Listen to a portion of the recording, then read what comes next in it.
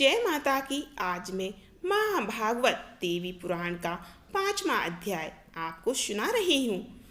तो इस अध्याय को ध्यान से सुनिए और बाकी के अध्याय भी अगर आपने नहीं सुने हैं तो उन्हें भी जरूर सुनिएगा और कमेंट में जय माता की जरूर लिखिएगा। श्री महादेव जी बोले, तदंतर भगवान शंकर और सती की भर्त्सना करते हुए क्षीण पुण्य वाले दक्ष प्रजापति दुख से व्याकुल होकर रोने लगे।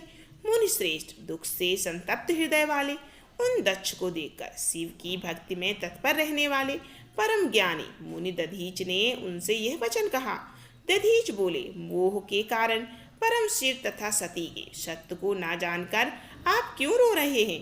आपके महान भाग्य से ही ये सती आपके घर में पुत्री रूप में उत्पन्न हुई है।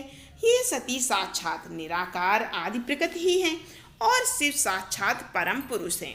इसमें आप लेस मात्र भी संदेह ना करें। प्रजापति ब्रह्मा, इंद्र आदि देवताओं तथा बड़े बड़े असुरों के द्वारा कठोर तप करने पर भी जो भगवती उन्हें कभी दर्शन नहीं देती, उन्हें आपने पुत्री के रूप में प्राप्त किया।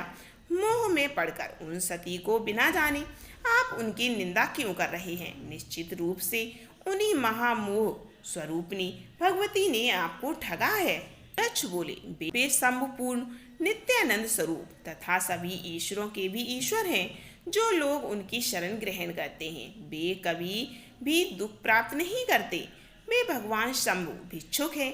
ऐसी दुर्बुद्धि आपकी क्यों हो गई? ब्रह्मा आदि श्रेष्ठ देवता और तत्वदर्शी योगी जन भी हैं जिनके परम स्वरूप को देख पाने में समर्थ नहीं होते हैं। आप उनका विरूपाक्ष शंभु की निंदा क्यों कर रहे हैं? सर्वत्र विचरणशील वे भगवान सदाशिव सभी जगह विराजमान हैं। वे शमशान में रहें या सुरम्यपुरी में रहें, उन्हें इसमें कोई विशेषता दिखाई नहीं पड़ती। शिवलोक बड़ा ही अपूर्व है। वह ब्रह्मा विष्णु आदि के लिए भी दुर्लभ है। वैकुंठ ब्रह्मलोक तथा स्वर्ग उस शिवलोक की एक कला के तुल्य भी नहीं है। कैलाशपुरी देवताओं के लिए भी अत्यंत दुर्लभ है। अनेक देवताओं से सुशोभित तथा कल्प वृक्षों से युक्त नंदन वन से घिरी हुई स्वर्ग के अधिपति इंद्र की पुरी अमरावती भी उस शिवलोक की 16वीं कला के बराबर नहीं है। मृत्युलोक में भी वाराणसी नगरी नामक उनकी एक परम रमणीय पुरी है जो मुक्ति प्रदान करने के कारण मुक्ति क्षेत्र कहलाती है। जहाँ ब्रह्मा आदि प्रधान देवता भी मृत्यु की अभिलाषा रखते हैं तो फिर मानव आदि प्राणियों की बात ही क्या है? वह परमात्मा शिव की ऐसी दिव्यपुरी है। यह विचार आपकी दुर्बुद्धि का सूचक है कि बिना शमशान के अन्यंत्र कहीं भी उनका ठिकाना नहीं है। ऐसे सत्य स्वरूप त्रिलोकेश्वर देवादिदेव भगवान सदाशिव और साक्षात ब्रह्म स्वरूपनी महेश्वरी सती की भी निंदा आपको अज्ञानवश नहीं करनी चाहिए। वे आपके बड़े भाग्य से ही आपके घर में पुत्री रूप में प्रादुर्भूत हुई हैं। श्री महादेव जी बोले, इस प्रकार तत्वदर्शी दधीच के अनेक प्रकार से समझाने पर भी प्रजापति दक्ष ने उन परमेश्वर शिव को असदाचार से रहित नहीं माना और वे बार बार उन महादेव के प्रति निंदास्पद वचन बोलते रहे। नारद वे प्रजापति दक्ष पुत्री सती को उल्हाना देते हुए ऐसा कहकर रोने लगे। हा वत्से सती पुत्री, तुम मेरे प्राण के समान हो। मुझे शोक समुद्र में निमग्न करके मेरा परित्याग कर तुम कहाँ जा रही हो? बहुमूल पर्यक पर शयन करने योग्य सर्वांग सुंदरी पुत्री कुरूपति के साथ तुम शमशान भूमि में कैसे रहोगी?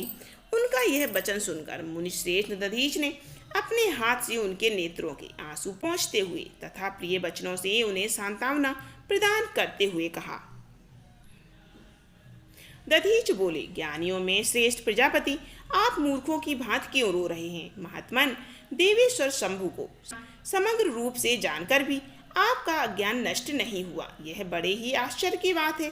पृथ्वी पर, जल में, आकाश में और रसातल में जो भी नर तथा नारी रूप प्राणी हैं, वे सभी उन्हीं दोनों शिव शिवा के रूप से उत्पन्न हैं।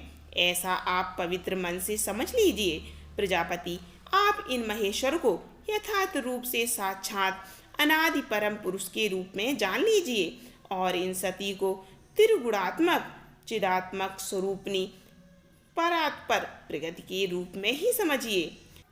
इन परात्पर सती को भाग्यवश अपनी पुत्री रूप में तथा विश्वेश्वर शिव को उनके पति के रूप में प्राप्त करके भी यदि आप अपना सौभाग्य नहीं मानेंगे तो विधाता के द्वारा ठगी गई आपको बहुत संताप होगा। प्रजापति, इस सच्चाई को सुनो। शोक से व्याकुल तथा कल्याण की इच्छा रखने वाले तुम सती की प्रगति के रूप में तथा शिव को परम पुरुष रूप में जान लो। दक्ष बोले, मुनीश्वर, आप यह सत्य कह रहे हैं कि मेरी पुत्री सती प्रगति रूपा है और शिव ही सनातन पुरुष तथा तीनों लोकों के ईश्वर है। मुनिश्रेष्ठ, यह सुनकर भी मेरी बुद्धि दृढ़ता पूर्वक वैसी नहीं हो पा रही कि महेश्वर से बढ़कर दूसरा देवता नहीं है। सत्य बोलने वाले ऋषिगण भी यद्यपि यही कहते हैं, फिर भी शंभु ही सर्वश्रेष्ठ देव है, ऐसा मेरा निश्चय नहीं है। मुने, मैं जिस लिए शिव की निंदा कर रहा हूँ उसका कारण सुनिए। पूर्व काल में जब मेरे पिता ब्रह्मा जी ने प्रजाओं की सृष्टि की, तब 11 रुद्रों का प्रादुर्भाव हुआ। समान शरीर वाले वे सभी रुद्र महात्मा, प्रचंड पराक्रमी, भीषण रूप वाले तथा क्रोध के कारण लाल आंखों वाले थे। वे सभी व्याघ्र चर्म धारण किए हुए थे तथा उनके सिरों पर जटाएं सुशोभित हो रही थीं। वे सभी रुद्र ब्रह्मा जी की सृष्टि का लोप करने हेतु तत्पर हो गए। तब सृष्टि के लोप के लिए उद्यत उन रुद्रों को देखकर ब्रह्मा जी ने आज्ञा देकर उन्हें शांत किया और मुझसे जोर देकर कहा, भयंकर कर्म वाले ये रुद्र जिस भी तरह से शांत हो जाएं, तुम शीघ्र ही वैसा उपाय करो। मेरी आज्ञा से तुम इन्हें बस में करो। ब्रह्मा जी के इस प्रकार के वचन से भयभीत वे सभी भीषण पराक्रम वाले रुद्र मेरे अधीन हो गए और उनका बल तथा पराक्रम क्षीण हो गया। महामुने, उसी समय से मुझ में शिव के प्रति अनादर भाव उत्पन्न हो गया। मेरी आज्ञा के अधीन रहने वाले प्रचंड पराक्रमी ये रुद्र जिसके अंश से उत्पन्न है, मेरे समक्ष उसकी क्या श्रेष्ठता। मेरी पुत्री सती रूप तथा गुण से जिस प्रकार की है उसे तो आप भली भांति जानते हैं। अब मैं आपसे और क्या कहूँ। क्या मेरी आज्ञा के अधीन रहने वाला शिव उस कन्या के योग्य वर हो सकता है। शतपात्र को दिया गया दान पुण्य और यश बढ़ाने वाला होता है, इसीलिए बुद्धिमान पुरुष को चाहिए कि योग्य पात्र देखकर ही उसे अपनी कन्या का दान करे। महामुनि, बंधु बांधवों को साथ में लेकर वर के रूप, स्वभाव तथा कुल पर सम्यक विचार करने के बाद ही प्राज्ञ पुरुष को अपनी कन्या सतपात्र को देनी चाहिए।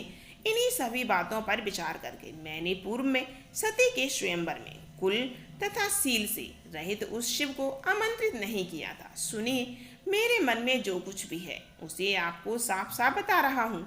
जिसके अंश से मेरी आज्ञा के वशीभूत यह महारुद्र उत्पन्न हुए हैं, वह शिव जब तक इनके साथ मेरे पास आता रहेगा तब तक मैं उनके प्रति ईर्ष्या रखूंगा। यह सच सच कह रहा हूँ। जब ये शंभु उस विद्वेष का फल प्रदान करने में समर्थ हो जाएंगे तभी मैं उनकी पूजा करूंगा। यह मेरी दृढ़ प्रतिज्ञा है। श्री महादेव बोले। दक्ष का यह वचन सुनकर वे मुनीश्वर दधीच अपने मन में सोचने लगे कि भवानी तथा शिव ने इस महामूर्ख प्रजापति दक्ष को निश्चय ही अपनी कृपा से वंचित कर दिया है। जो लोग मन, वाणी और कर्म से सती और महेश्वर का आश्रय ग्रहण करते हैं, वे भी मोह में पड़ जाने के कारण उन्हें भली भांति जानने में समर्थ नहीं हो पाते। तब यह मूढ़मति दक्ष समझाया जा सकता तो भला इस संसार में कौन मुक्ति प्राप्त नहीं कर लेता। मुनि ऐसा सोचकर और फिर बिना कुछ बोले मुनि दधीच अपने आश्रम को चले गए। इसके बाद दक्ष प्रजापति दुख से बार बार लंबी लंबी सांसें लेते हुए अपने भवन में प्रविष्ट हो गए। देवी भागवत का 5वां अध्याय यहाँ पर समाप्त हुआ। अगला अध्याय सुनने के लिए चैनल को लाइक कीजिए, कमेंट कीजिए। फिर मिलते हैं अगले अध्याय में।